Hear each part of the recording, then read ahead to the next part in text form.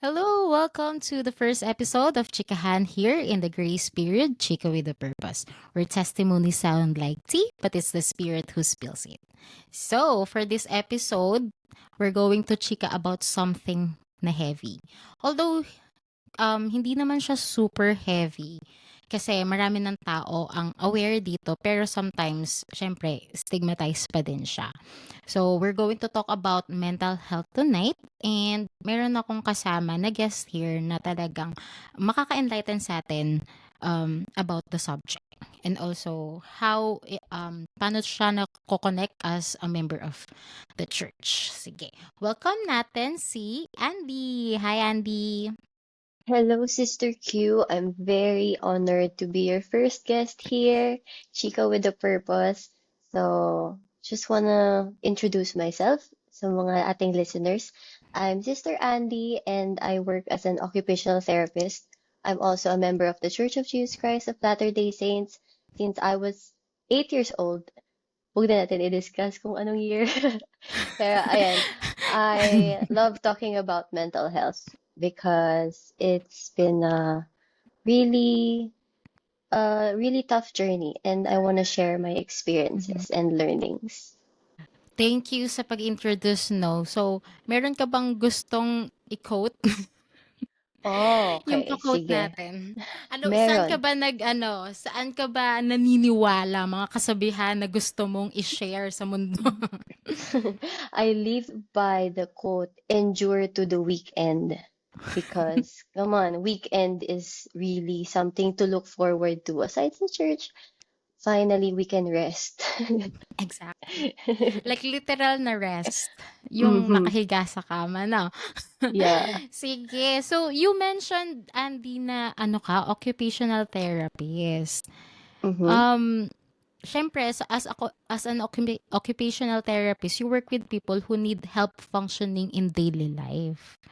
Yes, that's Paano very mo true. na-realize na ikaw din, kailangan mo din ng help mentally and emotionally? Kasi ikaw yung Actually, nagbibigay ng help na ganun, di ba? Actually, nakakatawa ngayon kasi yung pamangkin ko, sabi niya sa akin, Tita, 'di ba occupational therapist ka, pero kailangan mo rin ng therapist. Tapos natawa ako, sabi ko, oo nga no, kasi yeah, sabi ko nga, lagi ko sinasabi sa friends ko and even sa church, we all need help. And kahit na madami na tayong alam, pinag-aralan natin yung isang bagay for how many years, and nababasa natin sa scriptures na doubt not, fear not, we still need help. We need others to connect with, to share our feelings, emotions, kasi we can't bottle it up on our own and expect na, I'm a professional, I can handle this. No, we need people to listen and to share with. Mhm. Exactly, no. I can relate to that actually. Before I transitioned to working from home, I was a teacher kasi, 'di ba? Parang syempre kapag professional ka, ilo-look up ka ng mga bata, ilo-look up ka na parang, uy, alam mo yung yung lahat. Ganun. Kasi lalo Mhm. na kapag teacher, parang syempre knowledge-based siya. Pero as a teacher, kailangan mo pa din mag-aral, kailangan mo pa din ng training from someone higher or like someone smarter than Mhm. you. Sa mental health din, no, kailangan din natin or professionals na working on along that field, kailangan din pala talaga natin ng help. Actually Yeah. lahat na Mhm. kahit kahit hindi ka kahit um anong Profession, ano mo kahit sa anong work buhay. mo, Oo, mhm, anong kahit anong profession. status. Mm, exactly. Kailangan natin ng help. Pero sa work mo ngayon, parang is it taxing na meron kang pinagdadaanan tapos kailangan mo pang tumulong sa ibang mga bata? Kasi as an occupational therapist, you help most especially yung children na talagang Mhm. kailangan ng assistance, no? Parang how do you manage that? Meron kang nararamdaman or meron kang nafe-feel na syempre hindi ka naman super mentally and emotionally ready every time. Pero you have to cater to those um, children. Paano mo na-handle yun? Yes, actually, it's very taxing kasi yun nga, I work with children with special needs. So, most of the time talagang very ano sila, magulo, maingay, they tend to bite, they tend to spit, and they, grabe, your patience will be tested. Pero, I always remember kung bakit ko ba to pinasok, itong profession na to. Kasi we are doing service talaga sa magulang and sa bata. So, I remember kung sino ba sila, paano sila tignan ng Diyos. Every time na mapuputol na yung pasensya ko, na nahihila na yung buhok ko, tas punong-puno na ako ng sipon sa scrubs, I remember paano ba sila nakikita ng Diyos, or how much they are loved. Ayan. And that Mm. extends the patience that I have with them, and also yung compassion na nararamdaman ko sa kanila. And that drives me to help more, to study more, to regulate, kasi nga very taxing. So kapag syempre frustrated na yung bata, frustrated na rin ako, I have to ano muna, hinga muna and regulate my emotions and remind myself na even when this kid is very difficult to handle, I know na there are ways to help this kid, and I just have to, alam mo yun, reflect and um, see how God sees them.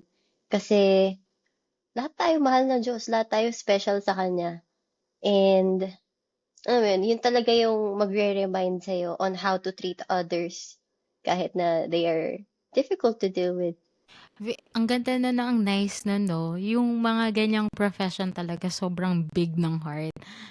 Ako nga kasi, 'di ba, teacher ako before. Mhm. Um, mga normal kids yun. Mga normal kids yun, pero yung patience ko sobrang now that I have my own son, ako, like, isa lang 'to. Parang I can't imagine pa yung may mga challenges. Kaya talagang hands up sa lahat ng OTs diyan. Kasi si Yana, 'di ba, Yeah. yung Mhm. kapatid ng husband ko, OT din. Lagi niya Mm. sinasabi, "Uy, may kalmot na naman ako." It's So, something na we parang brag about. ano, Uy, parang nahila ako today. Ayan. yung kalmot 'no. Pero, wow, good job po sa lahat ng mga OTs. We super appreciate you all. Thank you. So, dun tayo sa, since we're talking about mental health, 'di ba? Mhm. What signs of depression, anxiety, or burnout yung pinaka-hard para sa'yo na i-admit even Hmm. to yourself? Kapag yung mga dati mong ginagawa na nagpapasaya sa'yo, hindi na hindi ka na baga napapasaya. Like for example, I used to like playing piano sa church and even here as a hobby sa bahay. It's really something I look forward to learning and showing with other people. Naging ward pianist din ako. Pero at some point in my life, parang napapansin ko it's not giving me happiness anymore, and it's taxing. It's giving me anxiety. That's why I stopped being our ward pianist. So, ayun, it's it can be called in the medical term na anhedonia. And we can search that anhedonia. It's when people do something that they used to like pero they don't feel happiness anymore when they do it, when they do it. So, anhedonia.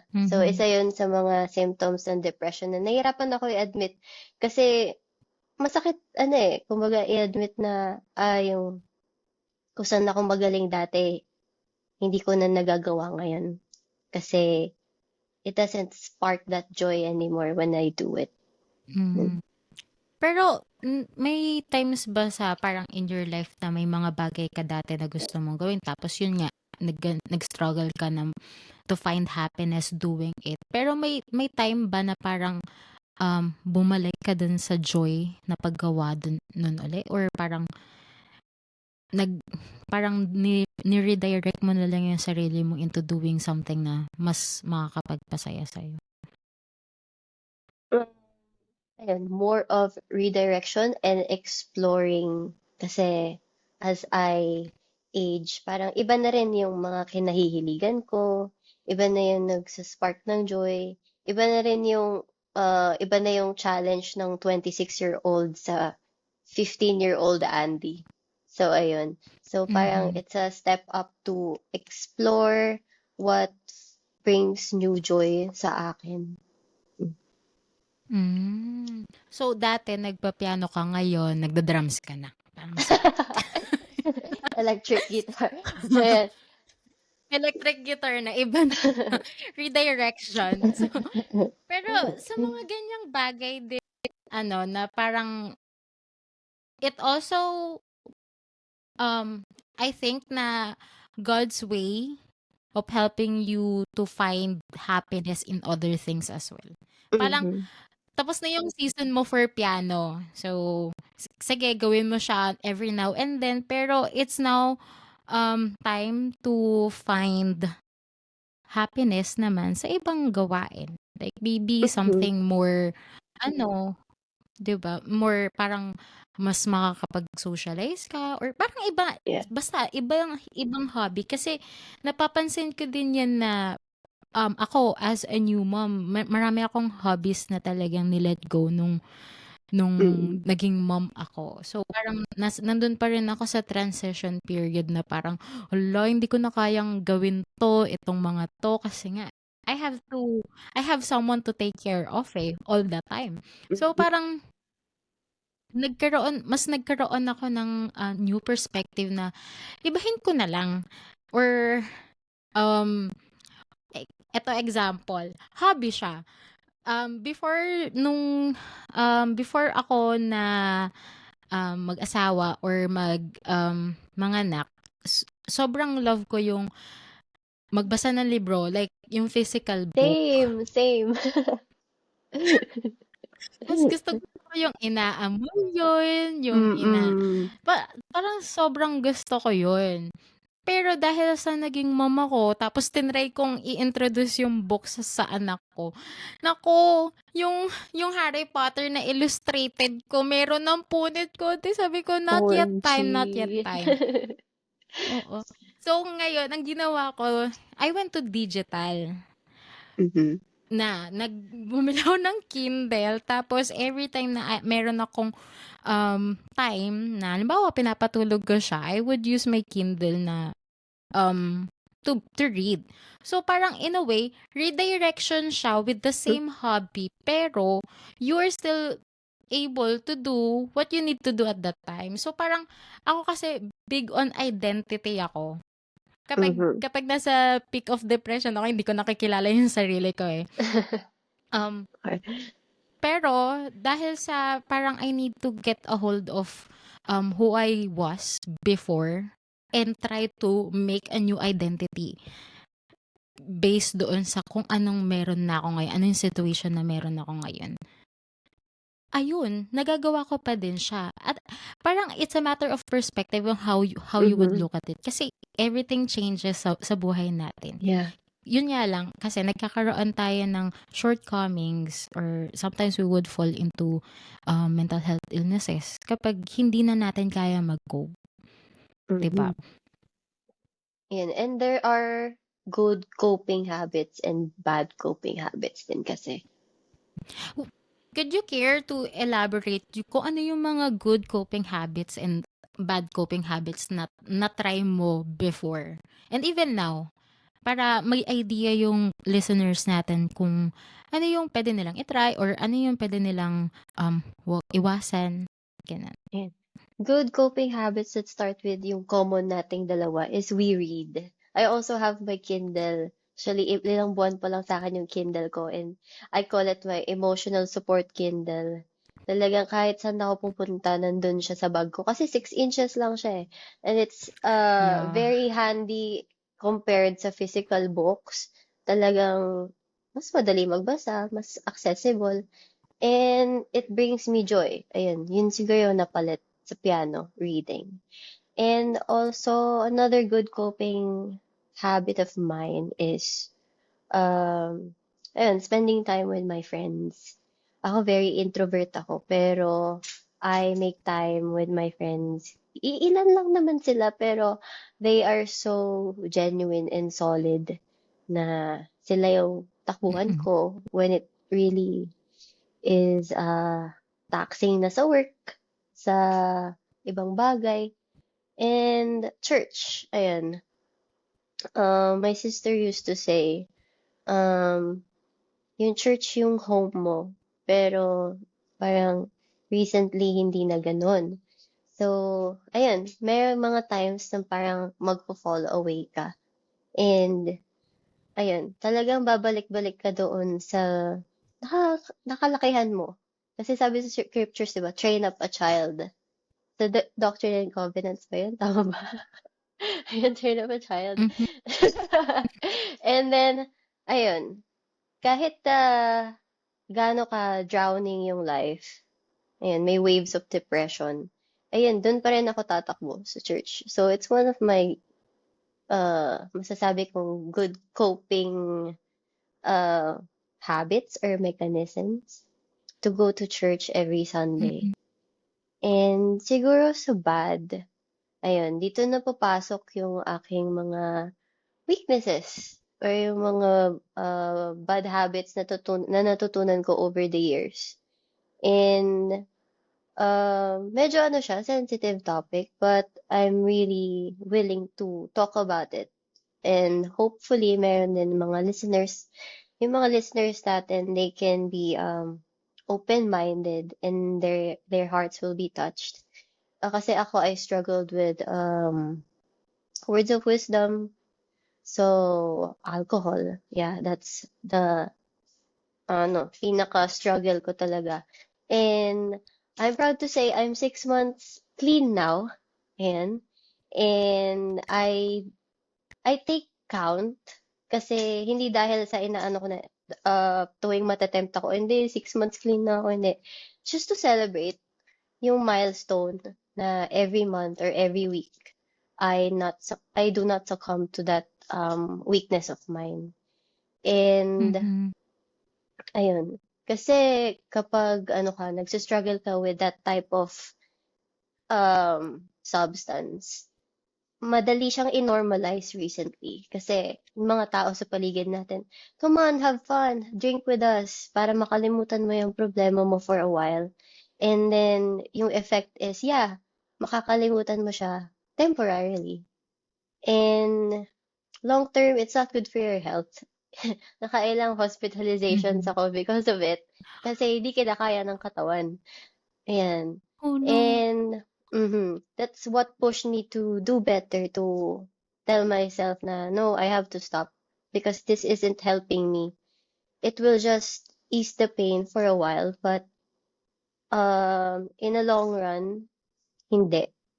So I have to stop. And another bad habit is, siguro madami maka-relate dito, is people isolate themselves. I isolate myself a lot. Mhm. Especially Mhm.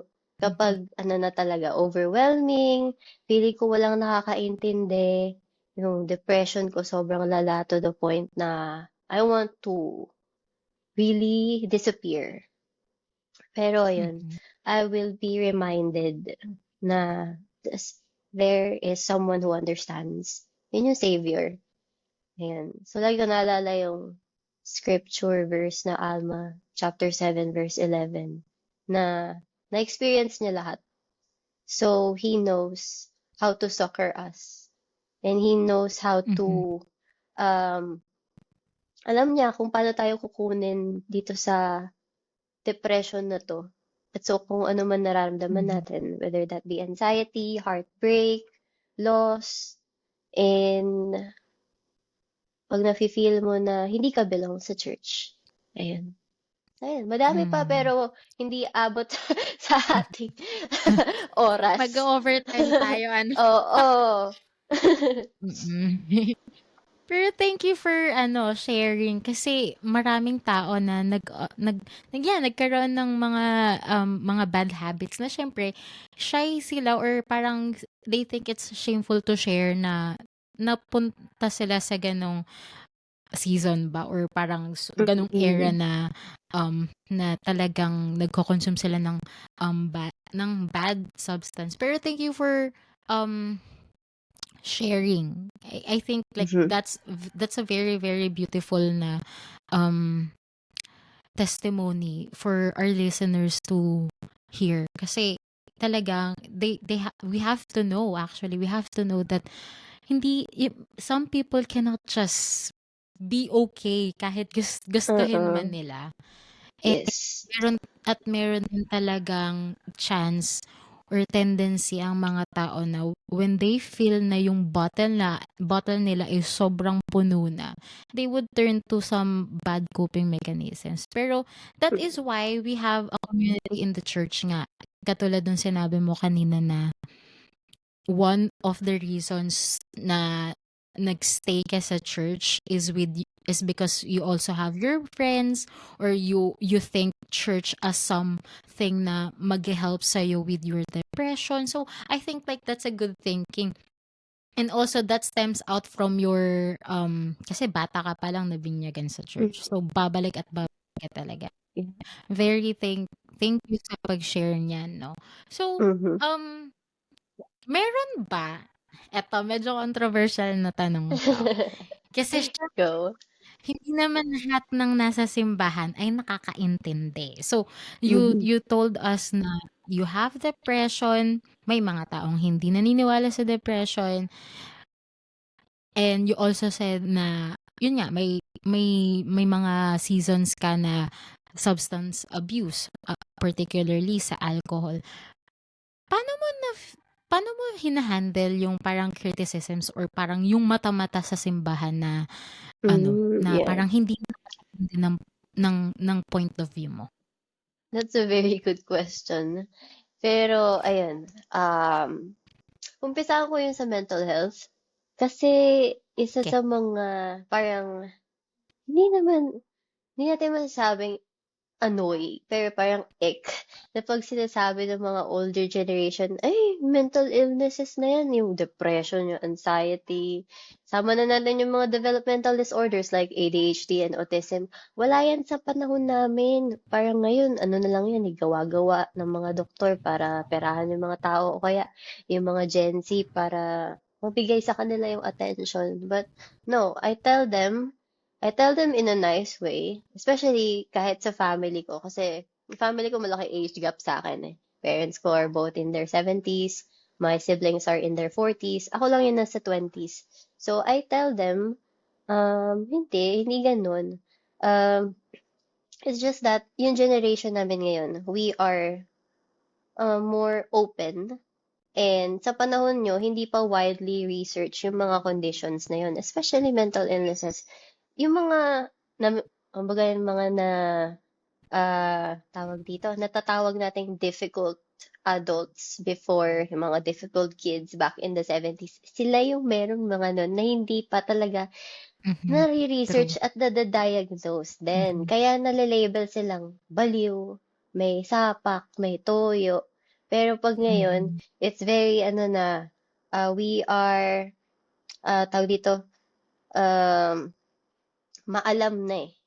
Kasi madami ng Yes. information na nakahanda Mhm. sa atin. Kumbaga, ayun nga, widely Mhm. researched na siya.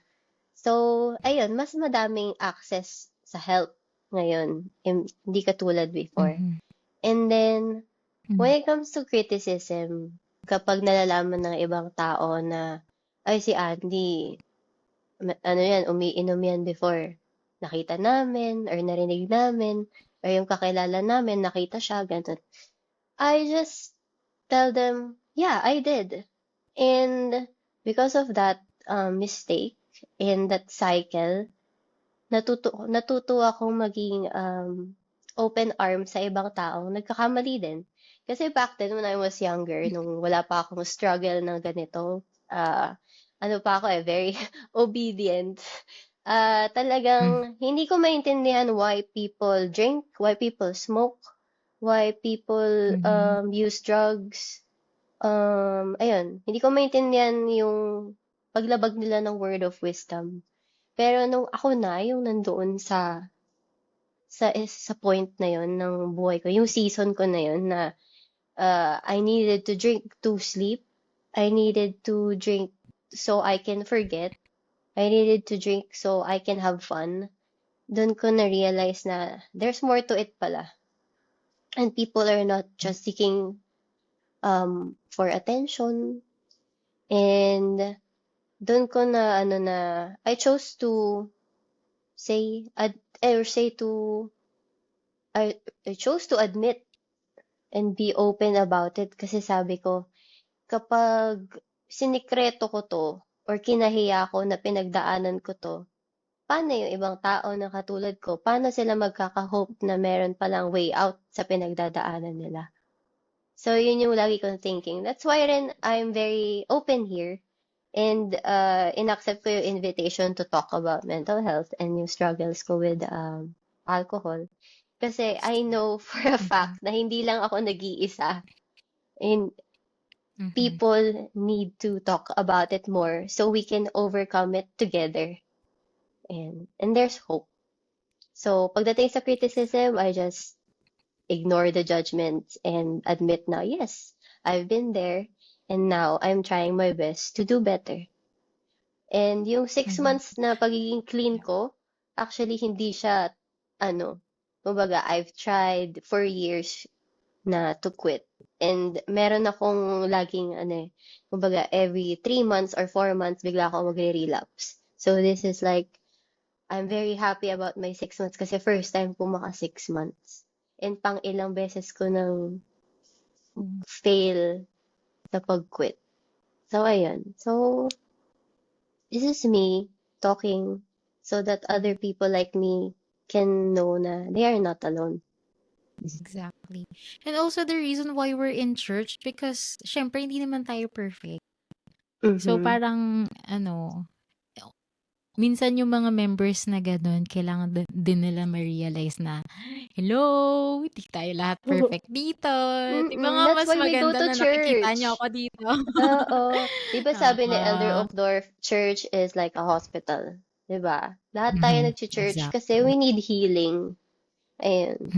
Okay, thank you sa pag-share 'no, ang galing. Um, and I cheer you on na mas, yung hindi ka na mag-relapse for the next 6 months para 1 year. Yeah. Oo. Thank you. Tapos minsan may ick din sa akin na kapag nakakarinig ako, most especially kapag 'di ba kapag mga, adult class na hindi masyado maalam, hindi naman natin puwedeng i i-force sa kanila yung information kasi siyempre may iba din siguro silang, concerns na, sa tingin nila na hindi na mas valid yun na yun yung pagtuunan na nilang pansin other than yung mga illnesses na yan na nakikita rin sa iba.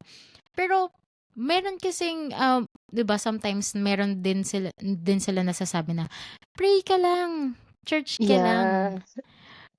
Toxic Ayun positivity. yung medyo exactly, parang hindi mismong mga church leaders ang nagsasabi na if you are sick, you go to the hospital. Kaya if ikaw ay for example, napilayan ka, hindi pumunta ka sa doktor o kaya sa ano ba yung ano sa sa bones. Um Yun, pumunta ka dun sa doctor na Ortho. nag-specialize dun. Yun, yun. Pero 'pag ikaw ay may sakit mentally, you have to consult a psychologist or a psychiatrist because that's what they specializes in. Hindi ka naman puwedeng pumunta sa albularyo kasi iba yung need, iba yung ano, Mm-mm. iba yung kailangan mo. The church leaders have counseled us na if kailangan mo ng help, you help is always available, most especially It in the is. church because we have the Savior. We can look unto Him. Pero kapag usapan na ng medically, we need to find professionals to help it. When it comes to mental illnesses, we have to seek help talaga professionally if we cannot handle or if we cannot Mm. cope doon. So, ano lang din, I would like to add, kasi our brain is also an organ. And, di ba, kapag meron kang sakit sa ba? For example, may sakit ka sa bato, edi organ mo yun eh. Your brain is also an organ that nagkakasakit. And yung sakit na yun are mental illnesses. That's why it's very important to treat them, go to the right professional. Yun nga, psychiatrist, psychologist. Katulad ng pag may sakit ka sa bato, may sakit ka sa puso, may sakit ka sa lungs. Pag masasabi mo ba sa may asthma na, ay hinihika ka, pray ka lang? Hindi, 'di ba? You need your medications. Oh, Kaya ganun din, pag may sakit ka sa ano, sa mental health, we have mental health problems. It's a brain illness. So you have to take medications as well. You need to the you need to go to the right doctor. And hindi mo sasabihin na pray ka lang, read ka lang ng scriptures, mag-mission ka, gagaling ka. No. kaya talaga kapag may mga ganun sa simbahan, most especially kapag adult class, I always try talaga na mag-raise ng hand and to clarify na na hindi lang yun gawa-gawa. It's a real problem, it's a real disease. Pero yun, Yes. so um what would you say na lang sa mga tao na they feel less worthy because they struggle with addiction and also mental illness? Ano yung parang masasabi mo sa kanila? Sabi nga, 'di ba, pag nagkakamali tayo, ah, hindi ibig sabihin nun na hindi tayo worthy sa pagmamahal ng Diyos. Laging nandyan yung pagmamahal niya kahit na gaano pa tayo mag-isolate or lumayo sa kanya, nagwi-withdraw kasi nahihiya magpakita sa simbahan, nahihiya mag-partake ng sacrament. I've been there for years. Yan yung cycle ko.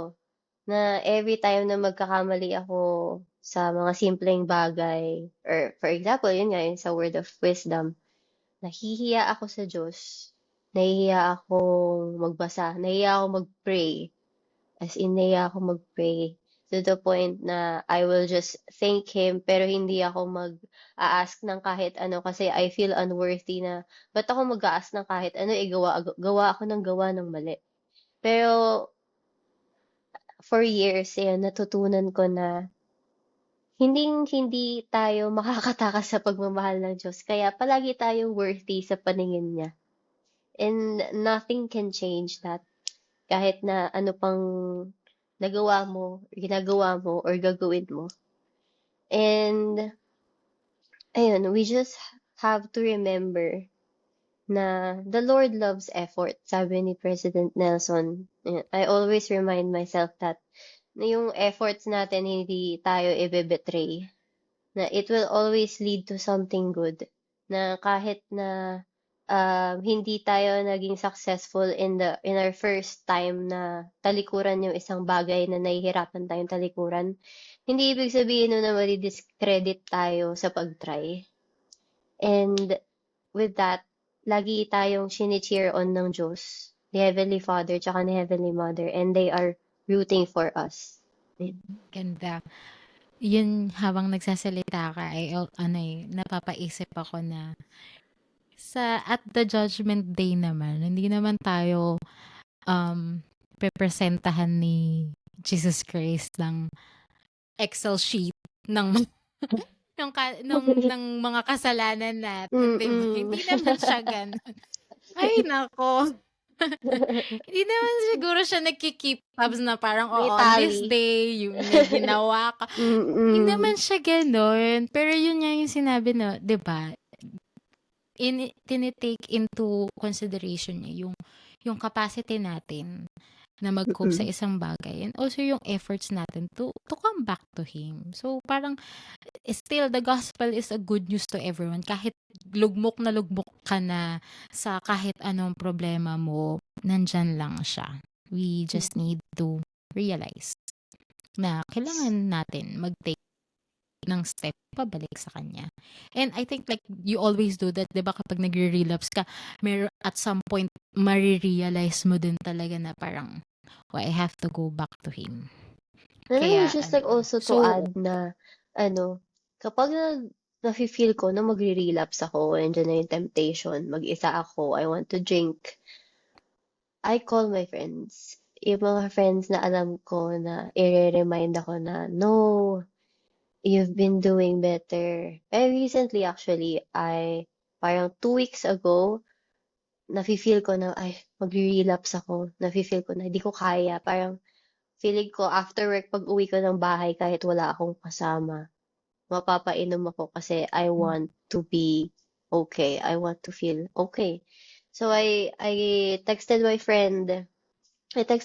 Sabi ko, um, this is what I'm feeling. Feeling ko, iinom ako pag mag-isa na ako sa bahay. Sabi niya, no. Do not destroy your body for some inconvenient thing na nararamdaman mo ngayon. Do not destroy it just because of a boy that's making you feel sad. Don't destroy yourself just because feeling mo kailangan mo lang ng pampatulog. So, he told me na, alam mo ba, last week may hawak-hawak na akong ilang bote pero naalala kita, sabi mo 6 months clean ka na. Kaya binitawan ko yung mga alak na yun, hindi ko binili. And that really hit me na sabi ko, may effect pala yung choices ko sa ibang tao na I can influence them din pala sila. And that made me stop that made me stop myself not to drink, di ba? Na feel ko na umalis yung temptation sa akin. Kasi meron akong pinagsabihan, meron akong trusted person na masasabi ko yung mga ganong thoughts, which is so not easy. Kasi sino ba namang, kumbaga mahirap pagtiwala sa mga tao. Pero we need to in order to get better. true. Never na magiging sagot yung isolation, lalo na kapag meron tayong masamang pakiramdam or we're going through Yeah. something. And also, I think the gospel of Jesus Christ is not meant to be, it's not meant to, yung exaltation, yung salvation, hindi siya makukuha ng nag-iisa ka lang. So that's why we have a community in the church. We have our families in helping us to go through doon sa mga challenges natin dito sa mortal life. Kasi we need support system. Kahit hindi ka diagnosed ng depression or anxiety, you still need support system. Kahit yung mga simpleng problema na, for example, yung for youth na namomroblema sila kasi sa schoolwork ganun, they still need support system in a form of friends na Yes. malalaman nila na hindi sila nag-iisa doon sa journey na yon. So that is how I realized din, no, na parang, ay, ba't ako mag-isolate? Kasi meron naman ng pamilya. Di ba? Parang kailangan kong kumapit sa kanila kung gusto kong manatili Yes. dito. Ganon. Yung That's mga very ganon. true. Pero, di ba? Pero,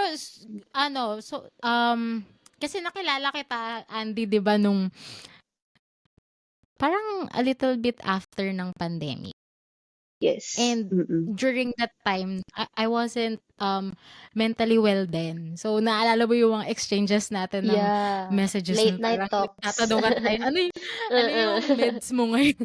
Yung mga ganon.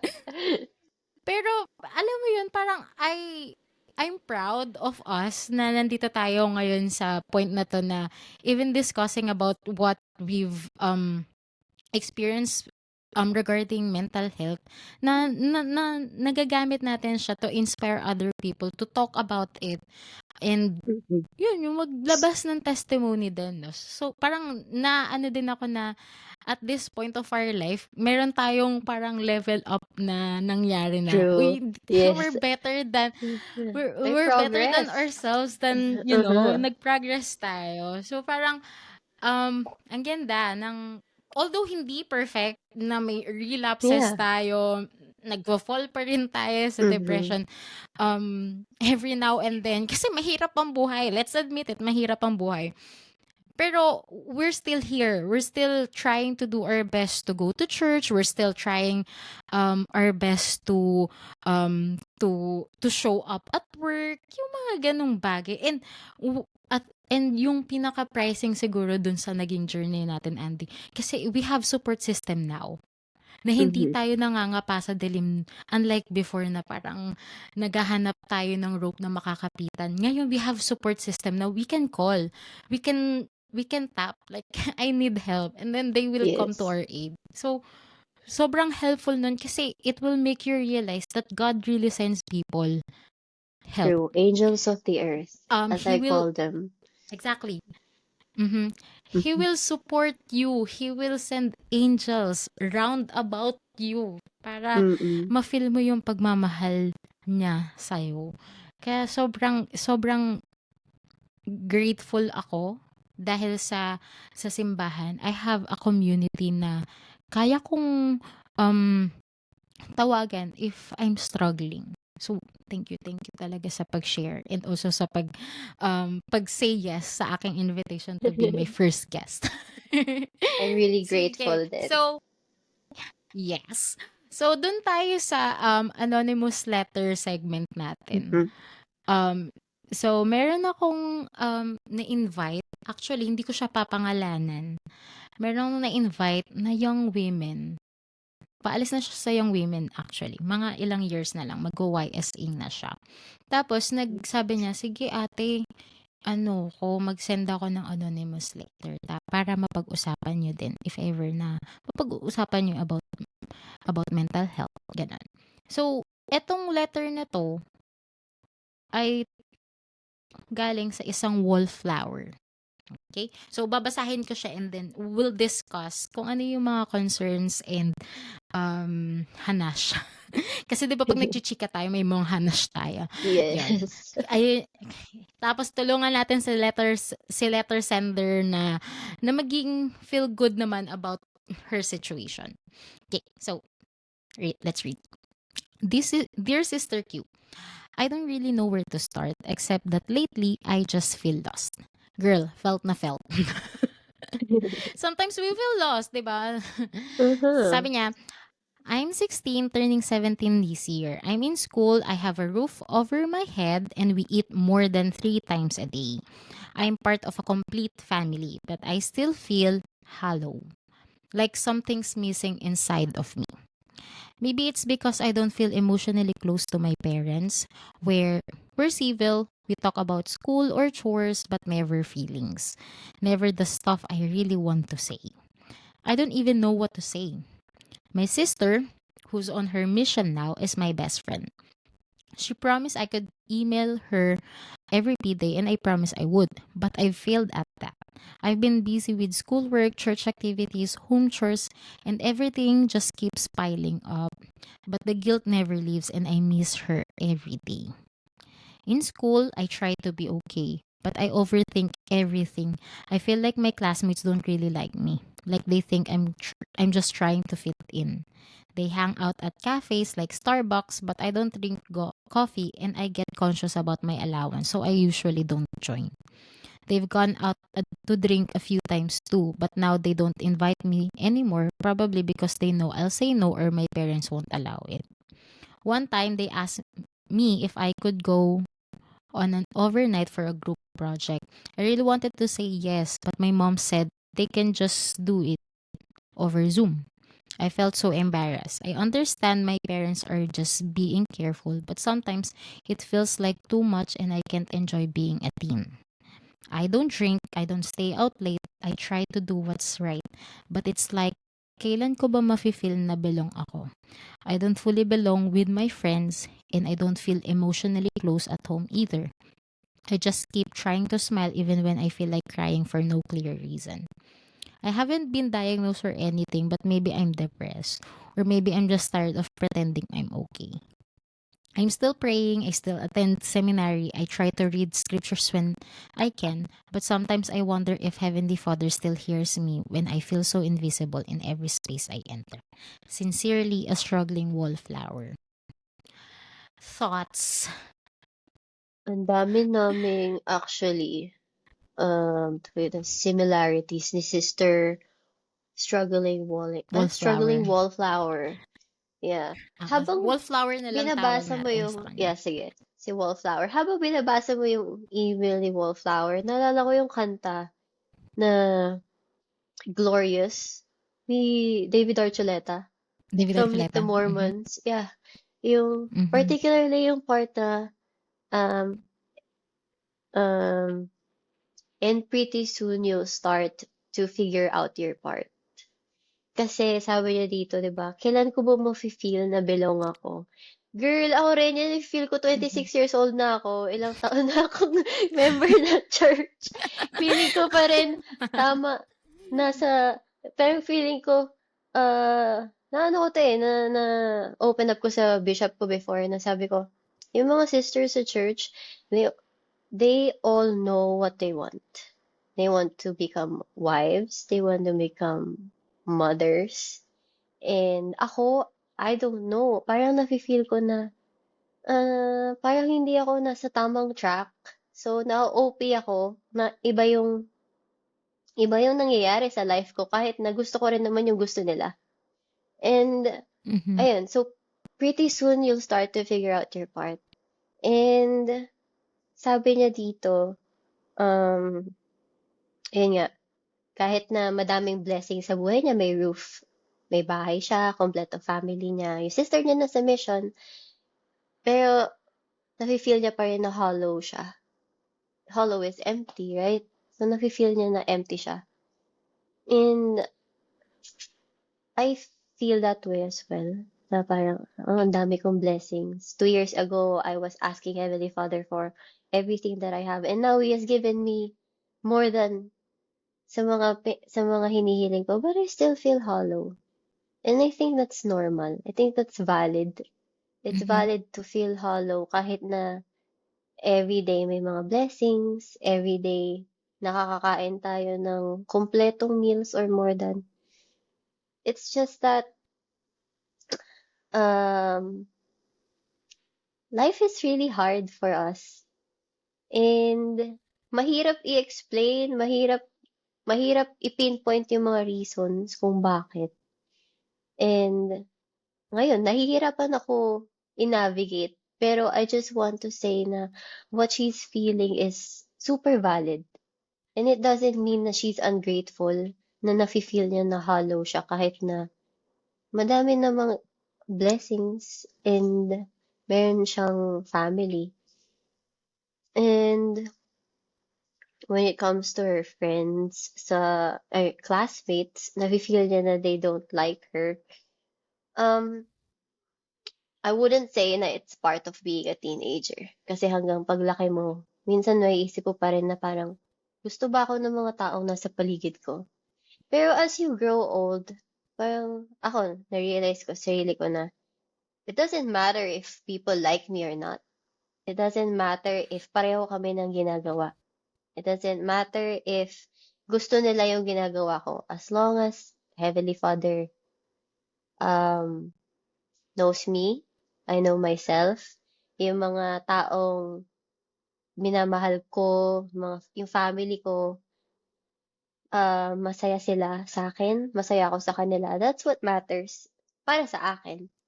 And of Mhm. course, it's not the same for everyone. It's just me.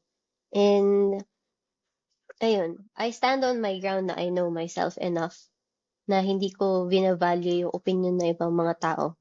And ayun, ikaw ba? How will Ah, you address this na nafe-feel niya na hindi siya nagfi-fit in? Kasi alam mo, napapansin ko sa lahat, kahit anong age siya, actually merong napapansin ko feeling yan na sa ganyan. ward namin. Kung may nakikinig man sa ward ko, sorry. Pero, ay, napapansin ko yun. Mapa-youth ka, YSA, Relief Society, or EQ. meron tayong feel the need to belong. Parang we Mhm. need to fit in. So, how? Mhm. Actually diyan, na tandang-tanda ko 'yan nung bata din ako. Siguro mga same age na parang nag-overthink din ako kasi parang mas inaano ko yung, mas nananatili sa akin kung or mas naiisip ko kung ano yung iniisip ng iba sa akin. Mm-mm.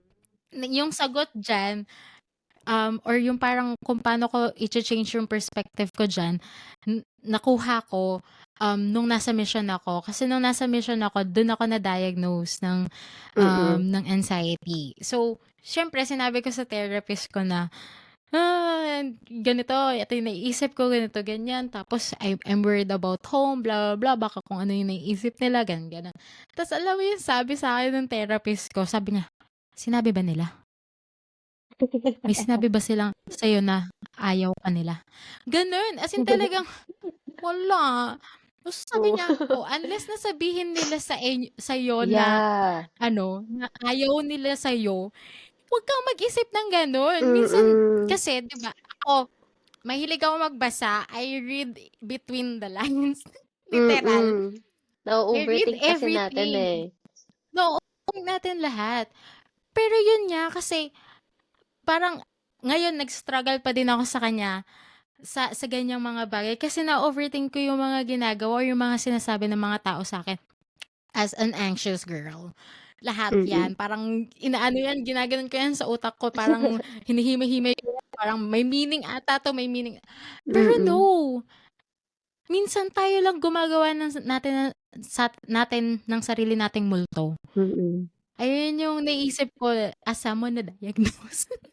Na feeling ko sa head ko lang talaga siya. Pero, yun nga, um, yun, antayin mo silang magsabi mismo sa'yo na ayaw namin sa'yo. Saka mo isipin na talaga, hindi nga talaga nila gusto sa akin. Pero now Mm. na I think they're still keeping you company at school, I think they still like you in a way. They Yun nga lang, care. not in Yeah. terms na kailangan yun 'di ba? Not in terms na kailangan mo silang sundan sa bar para makipag-inuman, pero Yeah. alam mo yun, parang you can still be friends, um, with people with different standards, like civil. Mm. I mean, like, not na kailangan shared interest niyo lahat, hindi naman, 'di ba? So, Yeah. sabihin natin na Mm. parang ano, yung isa mong kaibigan ay umiinom din, nagyoyosi, ganito. Pero you like her for how intellectual she is and you really like talking talking with her. Eh di, mag-talk kayo pero once na talaga nag-invite na siguro siya na ano, dun tayo magdo-draw ng line na parang no, dito lang Yeah. ako.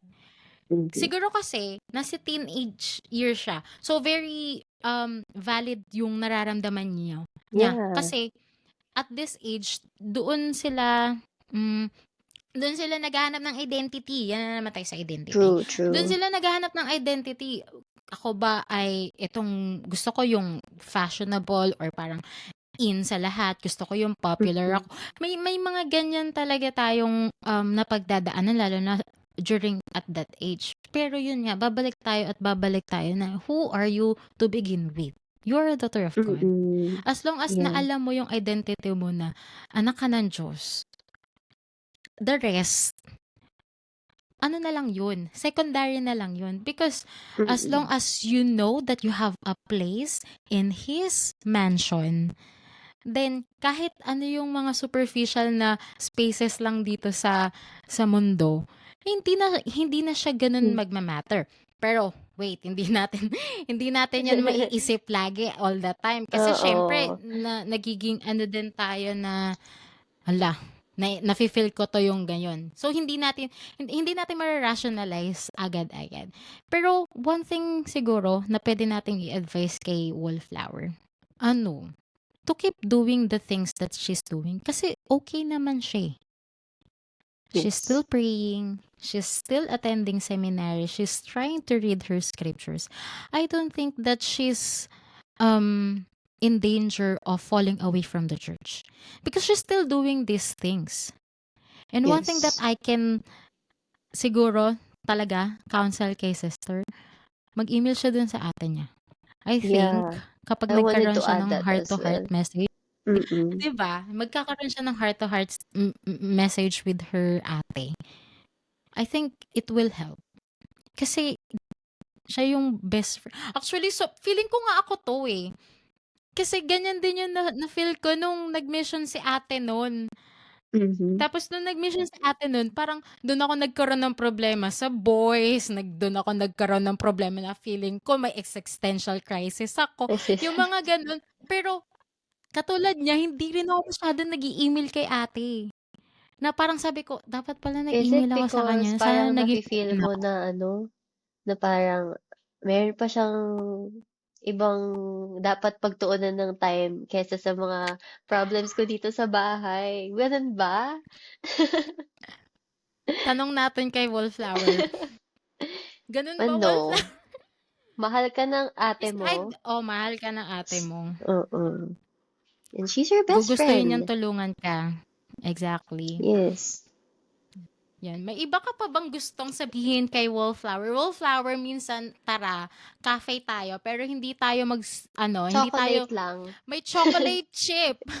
Chocolate Yeah, chip frap sa sa Starbucks. You can still Starbucks. hang out with them. Siguro, Actually, yun ang ino-order ko sa Starbucks.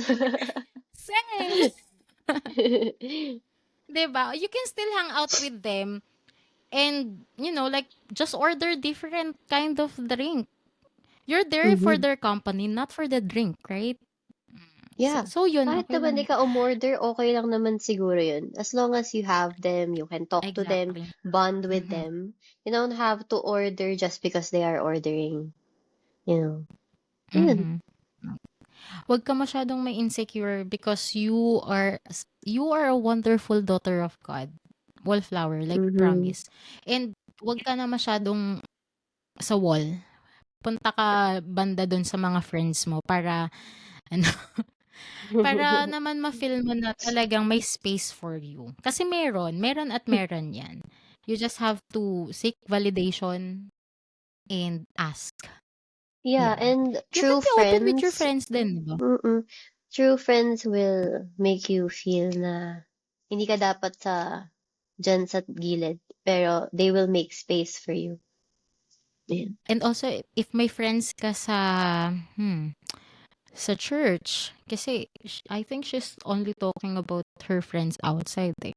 So, maybe now's the time to strengthen your bonds with your co-young women, 'di ba? With the same standards. Kasi nakikita ko 'yan na ang talagang naging consistent na friends ko nung nandiyan ako sa age na 'yan ay yung mga kababata ko sa church.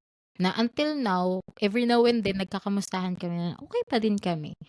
So, you will just have to find yung pinaka-friend mo na will stay for you just like yung mga friends namin na kahit anong sama ng ugali namin nag-stay. Gano'n, 'di ba?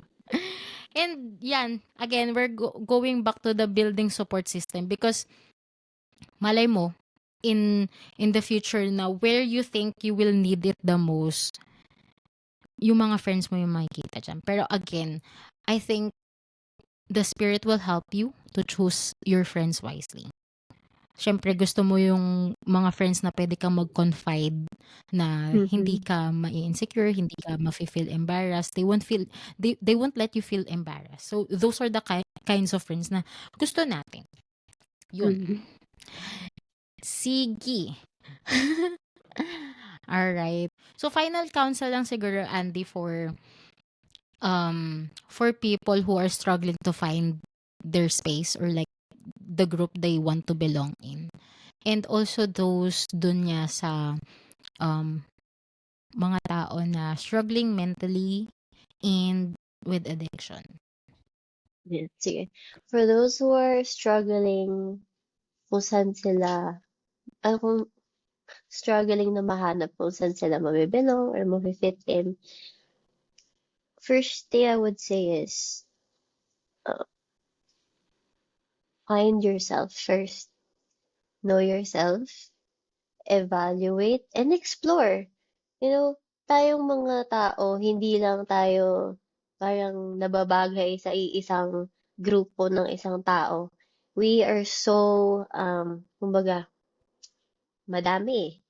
Kumbaga, hindi ka lang iisang hobby, hindi ka lang iisang ah, grupo. Paki- madami kang makikilala, madami kang taong pwedeng ma-connect yung sarili mo, yung experiences mo, yung mako-connect mo yung mind mo sa kanila, and where you can trust yourself na mapapakita mo yung true self mo sa kanila. Pero before finding those people, you really have to find yourself first. Yan din yung naging struggle ko actually. Ang dami kong naging group of friends and nagano rin ako. Parang nawala rin ako sa kanila because I don't truly know myself kasi tinatry ko na lang gustuhin kung ano yung gusto nila just so I can have my own people.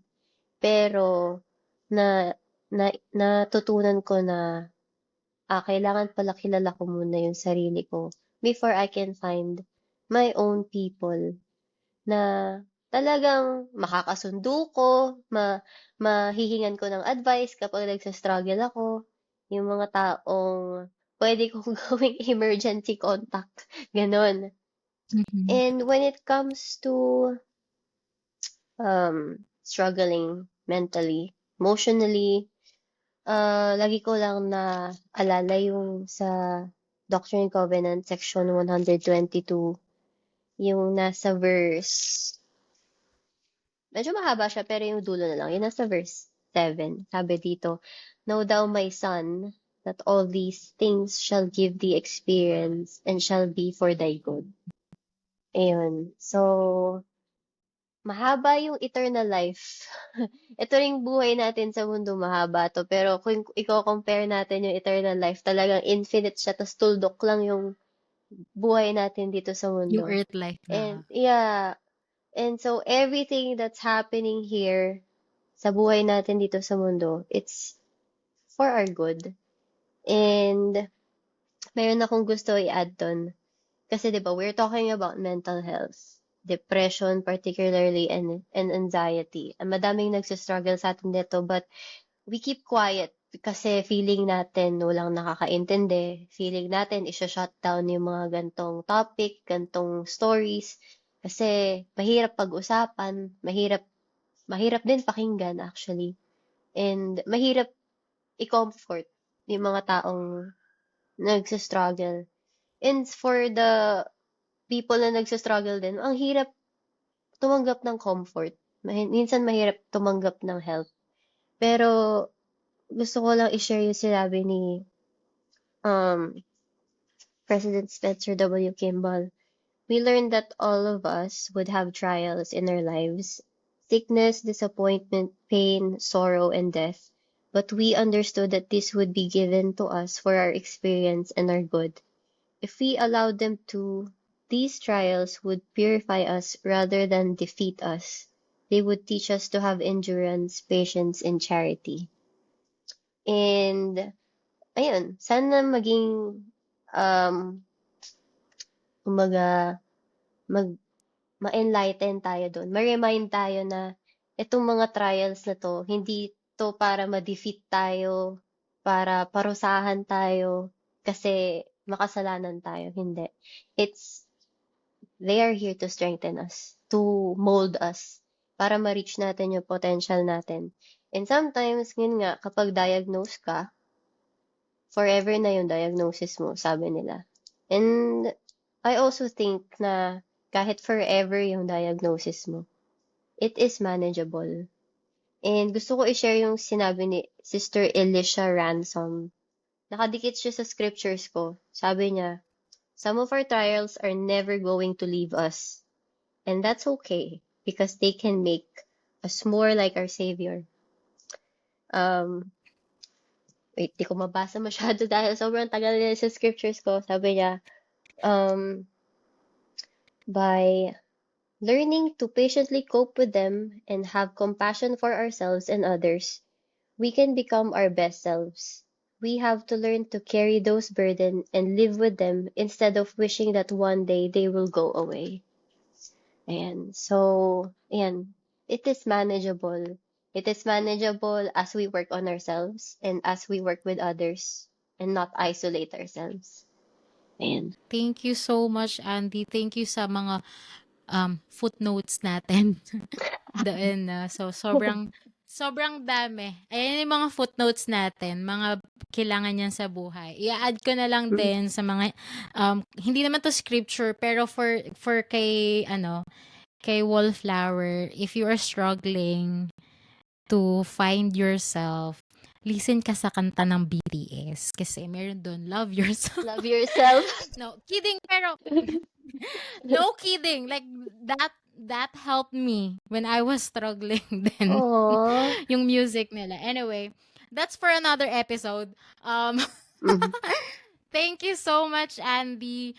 I feel enlightened sa ating session ng chikahan kasi sobrang here. nag-learn ako about sa experiences mo, and I'm so grateful talaga na sobrang open ka to share it with people. So, to end this, thank you again, Andy, for being my first guest Thank you in this so much podcast. for having me. Yes. Yes. So, sa mga listener dyan, so if you have a story or struggle to share, whether a question, confession, or a letter like this, you can send it to us through Grace Mail. Sa Facebook page natin, meron dun makikita yung form about kung paano mag-send ng anonymous letter for us so that we can discuss it in our sessions of Chikahan.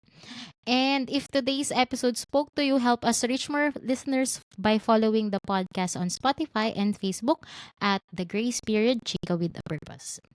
Thanks for joining us today. Stay faithful, stay soft, and stay in grace.